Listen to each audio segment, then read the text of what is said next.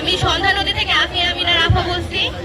আমাদের গ্রুপে মেরিনা আক্তার, আমিনুল, আলামিন, জালিমা আক্তার, মুনা, ফাইরুজ, আফিদা, সাফিয়া আক্তার, তৃপ্তি, আব্দুল্লাহ আল সিয়াম, ইমন। তো আগামী বাংলাদেশের ভাবনা, সমাজ ও রাষ্ট্র পরিবর্তনের মূল হাতিয়ার তরুণের জন্য শক্তি। বাংলাদেশ বর্তমান দেশের অবস্থা অত্যন্ত জটিল ও অস্বস্তিকর হয়ে পড়েছে। এই অবস্থা থেকে উত্তরণের জন্য আমাদের কিছু পদক্ষেপ নিতে হবে।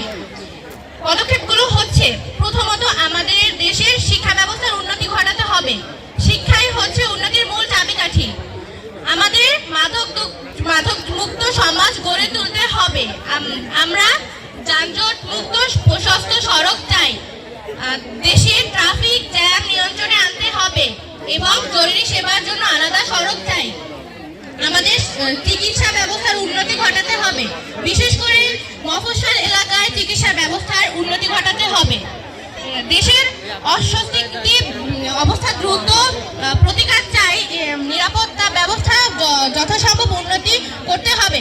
আমরা স্মার্ট বাংলাদেশ চাই। আমাদের দেশের উন্নতির জন্য সবাই এগিয়ে আসতে হবে। দেশ ও রাষ্ট্রদ্রোহীদের আইনের আওতায় আনা উচিত।